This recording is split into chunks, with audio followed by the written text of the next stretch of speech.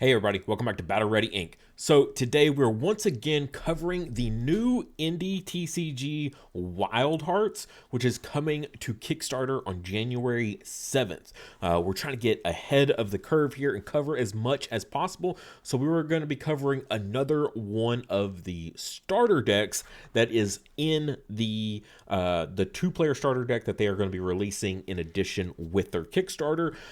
We know how well all these indie TCGs have been doing recently on Kickstarter, like one after another, just incredible funding and huge support. We're going to be getting some crazy awesome alt arts with this Kickstarter, so you know you want to get in on this. It's going to be the founders Kickstarter, so we're going to have a lot of one-of-a-kind alt arts only available here. And as a TCG investor at times, cards like these are going to go for so much down the road when the full game releases. So definitely want to get in on this while we can. But today, we're going to go ahead and jump into this next starter deck that's coming out. All right, so we are here in the Tabletopia app. This is where they have a public test server available for the general public where we can use the starter decks pre-laid out in their environment here, so ready to go. So that's where we're going to be looking at all of the cards today. If you're interested in how to play on Tabletopia and such, definitely go check out my how to play video. That's where I'm playing it actually in Tabletopia for the how to play video. All right, so what we're rocking today is Special. Let me go ahead and just move this off to the side. We don't need to worry about that. That's for the how to play video. So the Special is the counterpart in the two-player starter set that goes with Might. So we covered Might a few days ago. So now we're on to Special, and this is how you the pre-setup is. Now, how it's built though is each type, okay, or each style is compatible with any of them. So you can take the Might and Special like we have here and combine them together, or you can take the Special and combine it with one of the other two, just preset up this way. And this deck or this style has some abilities that kind of help make up for other areas that are lacking in Might. Specifically, they can go with any of them though, really. So we'll go ahead and do this card by card. So first we have the Ferritoon, which is the familiar that we have that corresponds. This is going to be your boss monster for the Special in the starter decks here. It has a debut, Seek X. Look at the top X cards of your deck. Put one in your hand and the rest on the bottom of your deck in any order, where X is the number of friendly magic creatures in this field. Now, naturally, we have some different magic creatures, a few different ones here in the starter set that kind of goes with it. So we got two others. So we can, at maximum power in the starter set, we can look at three and then add one to hand. Now, off the bat, though, he's basically just a draw one. Like, beginning of the game, debut, draw one. Because you're going to reveal one, or, look at one, add one to hand. If you're only, looking at one, it's basically just a draw one. And in this game, hand resources are limited, so having basically this draw power is so clutch, because if you remember we talked about Might is missing out on draw power as well as ramp, so getting more resources to be able to play more cards. So the Ferritoon already right off the bat making up for that lack of draw power. And then ongoing, while you when you gain a 3rd, 6th, and 9th resources, gain 1 victory point. So 1 victory point isn't like a huge number or anything like that, but it can be, very, useful, especially by the time you get 2 to 3, then it really starts to add up.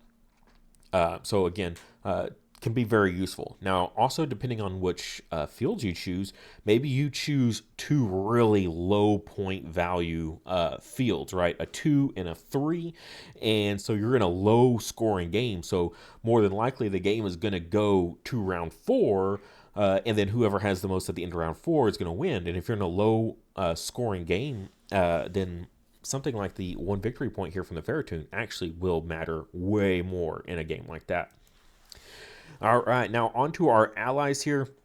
We have the Setsune here, which is an Earth Fox. It is a tame spirit type, a 1 cost 2 drop. Pretty standard here for a lot of these 1 drops. Debut, you may move or deploy a friendly familiar to this field. What's really great about this is not only are, we can make up for certain like deployment errors, right? So we deploy our familiar out, we reveal the judge's card. Oh no, we're in the wrong field. That field's not even active. We can use the Setsune here to then move it to the correct field. But deploy a familiar to this field, that's great. So if your opponent KOs your familiar, knocks it out, sends it to the bench, right? Makes it retreat, essentially. The Setsune here can just redeploy it right back out again, which is really great. So big fan of this card. It's Monster Reborn, for you Yu-Gi-Oh players out there, is essentially what this is for your big boss monster on a 1 cost. That's pretty nice. And then KO, choose a field, give each opposing ally in it -1 power. Not bad there. There's not like a ton of KO, like self KO, I should say, in these strategies, but still not too bad in general here. So, if your opponent hits it, then they're going to have to deal with that. So, but if you're playing in something like a Ferocity deck that does a lot of self KO abilities, you'll get some good mileage out of that KO effect. All right, only a single 1 cost drop in this, but we do have some really powerful other cards as well. We have the Pekera here, the Whirling Woodpecker. It's a tame. It's a 2/4, not a bad stat. Ongoing, opposing ally cards cost 1 extra resource to play in this field. And in a game where resources are incredibly limited, this card is such a nuisance if you're playing against it. It's like, okay, I basically have to always play my allies to other fields and then move them into the Pekera field, which is like so many extra steps and sometimes a waste of resources to have to play around it like that. But a single extra resource cost is huge. For sure. It also has a support ability. You may give the card you exhausted this to play speed. So you exhaust this resource to play a card, and that card didn't have speed. You can now give it speed if you so choose. We've talked about it before. There are pros and cons of speed. Being able to play fast enough ahead or catch you up to your opponent, so that way you can pass first to get that extra draw on the next turn, as well as something like the judge's deck has a lot of cards that say, in the event of a tie, the person with initiative gets to choose which field to make inactive. So, passing first can have its benefits for sure. Playing behind also has its benefits. So, very, very versatile card depending on the situation that you need to be in. So, I like the ongoing effect, though. Personally, I'm a big fan of just sticking this guy to the field. And that's kind of like my go-to with him a lot of the times. I'm not a big, play ahead kind of guy. I'm a big fan of playing behind, so that way I can let my opponent burn through all their resources, and then I can start making my moves and doing what I want to do without worrying about repercussions of what my opponent can do. But playing like that, I often have a lot less hand resources, I should say, not actual exhaustible resources, but cards in hand. I always have a lot less than my opponent does. Our next 2 drop here, we have a sheep, which Ashen Fleeced Sheep here, tame magic, another 2/4, solid stats, not a 2/5 like our turtle in might is, but still fine. Now this one does have speed, just built in natively. And then ongoing, when an opposing ally in this field is reduced to 0 power, you may reset them and take control of them in that field. That's crazy. So you drop them to 0, and then you gain control of them, and their power goes back up to normal. That's just so wild, being able to just take over your opponent's stuff like that. Now, so far, we haven't seen a ton of DP minusing yet, but that is okay because we are definitely going to get there. So yeah, something that you could definitely build around for sure in a way more focused power minusing build. But we do have a decent amount of it in here. Next, we have the Blisterno. This is just a 1 of in the deck, and honestly, I think it's in my opinion, it's my favorite of the three cost that I've seen so far that they've released of the three drop specials. So debut, gain block. Always a fan of block for sure. That's why I play so much might, is because of that block, being able to just, prevent your opponent from being able to do detrimental effects to you. And then ongoing, before scoring, give an opposing creature in this field -1 power for each card you played this round. Now you're like, okay, well, three, like, how many more cards are you going to play after that, right? Well, for one, we have some zero costs that we haven't got to quite yet. We have a zero cost card. We have a lot of cheap cards as well. This can really add up, as well as we have a lot of like resource gaining abilities, things like that we haven't quite got to as well. So this is in special, where you're going to have a lot of resources to play with every single game. You can really like make this guy super effective, super annoying to deal with. And it's just give an opposing creature in this field -1 power, and that's on ongoing. So every single round that he's sitting there, he's just, power minus, power minus, power minus. So really strong card to get out as soon as possible. Definitely one I would like to have a 2 of in the future. Next, we have the other 3 drop in the form of Sparkwill, Shockingly Sleepy Hedgehog.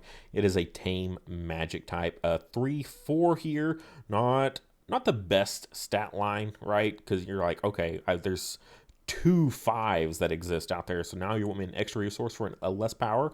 But debut, choose an opponent. They discard a random card from their hand. I've already discussed how important hand resources are, because they're so limited in how many you can have, especially if you're always playing behind and you're always one less draw than your opponent is. So losing a card in hand could be really bad. If it is a wild, your opponent loses 2 VP. Like I was talking about earlier, if you're playing a low field victory point game, just a few victory points is crucial. So losing 2 VP, your Ferritune gaining you an extra VP, again, and the right setup with the right thought processes going on here, that can be crazy good. Now, if it's not a wild, give a creature in this field -3 power. So if you want to look at it like that, we were dropping a 3/7 that is discarding a card from your opponent's hand. So 3/7 discarding a card, or 3/4 discarding a card and then losing 2 VP. So good. Like, really solid card here. Yeah, I mean, both of these 3 drops are just very solid creatures. Really like what they're bringing to the table. Now, into our tamers here that we're running. Our first one, we have a 0 cost tamer card, and this is our Foxtail Necklace. It has speed on it, so as soon as you play it, you got to play something else or pass, but gain this as an exhausted resource. This is one of those cards where you really want to see it turn 1 of the game. Like, if you don't see this in your opening hand, mulligan to try to get it again, because having that extra resource that early on can be really powerful. Now, if you don't see it super early on, it's I don't know. I wouldn't say it's usefulness, but you won't get that long term value of it. Using it turn after turn as an 1 resource more than your opponent. So then you might use it for that turn that you use your Blisterno combo here. So the turn, say it's turn 2, like end of turn 2 or turn 3 maybe, and you've got it in hand now. Drop the Blisterno, in that round that you're going to use the Foxtail Necklace to get that extra little bit of use out of him. But really a card you want to see turn 1, if at all possible. Next up, we have a double-edged hit here. It's a 1 cost skill tamer card. The other one was a item spirit card. Choose one. KO a friendly ally to KO an ally with negative power. We've seen a little bit of negative power so far. Not a ton, but a little bit in the form of our 3 drops here. So again, really good for the sheep, but also move a friendly ally to give an opposing ally -2 power in their field. So if there's nothing good for you to KO, or if you want to get really spicy and you know that that -2 power is going to put something to 0 in the field with a sheep, then taking over their creature, their ally, might be way better than just simply KOing something. And as well as maybe you don't want to KO one of your own friendly allies to KO an ally, to KO an opposing ally with negative power. Now, this is a way for us to kill the Siltsune to give each opposing ally -1 power. So, in combination with the Siltsune, actually that first effect, pretty solid. But again, a little bit higher level of play for a card like this. Yeah, so just kind of keep that in mind. Next, we have Take Flight. It's a Tamer skill card here. It's a 2-cost speed on this one. Move a friendly familiar and gain 1 card from your discard as a resource. Again, more ramp for us. So we have the Foxtail Necklace as well as we have Take Flight here. So move a friendly familiar and gain 1 card from your discard as a resource. Now, keep in mind, this doesn't say it has to be face up or face down. So if it has a support type or a support ability, you can leave it face up and keep that support. So that's really nice, especially in those situations, where what we were talking about earlier, like the Picera here. It's like, oh, I got to choose which one I want to do. It's like, well, I really need this, and say my opponent kills it because it's a really nasty card that they don't want to have to deal with. Take Flight will get that back for us, and now we can use its resource ability. So that's pretty nice. So it says it's also it's not exhausted. I didn't forget to mention that. Gain it as a resource, meaning this is basically just a 1-cost card when you think about it like that. That's really, really solid. So move a friendly familiar and then ramp up, as well as, don't have to worry about that. So really strong card. And then support, if you exhausted this to play a Tamer card, you may move or deploy a friendly familiar. So again, another way, just like the Siltsune here, to then deploy a friendly familiar. So depending on the matchup you're playing against, if you know they have a lot of removal, then, or familiar removal, I should say, then maybe sourcing this as a support might be a little bit better than trying to ramp up really fast. But still a good card. Again, another one of, you notice some of the best cards here are one ofs for a reason. But that's not to say that the cards that are at 2 of aren't great, because Sune Stick is super good. So it's a 3-cost item spirit. Move a friendly creature or deploy a friendly familiar. Again, deploying, great way to combat our opponent. But move any creature. So it can be ally or familiar, so you can move them to a different field. KO an opposing creature in their field. If you KO'd an opposing ally, gain them as a resource. Again, not exhausted. So this is a 2-cost, basically, when you think about it, a 2-cost removal. Oh, it's so good. KO an opposing creature in their field. Like, if you want to take out their big familiar, that's like super crazy jacked up with tons of boosts, this is great. So, this is one of the better removals in the entire game, is the Sune Stick. And we get 2 copies in this. So, that's really, really strong. And the flexibility of, if you go for an ally, which usually allies are weaker than familiars, or maybe less powerful, whatever the case may be, being able to, knock out that ally instead and gain them as a resource. Oof, feels so good. Because, you think about it, using 3 resources to kill a familiar is not the same as using 3 resources to kill an ally, right?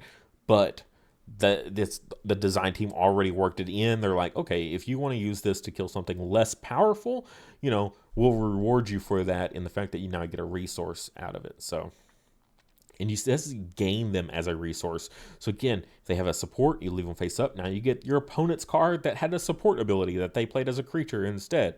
Also, it doesn't go to their discard area, meaning they can't add it back to hand, play it out of the discard back onto the field, whatever, or use it as a resource like we were talking about earlier.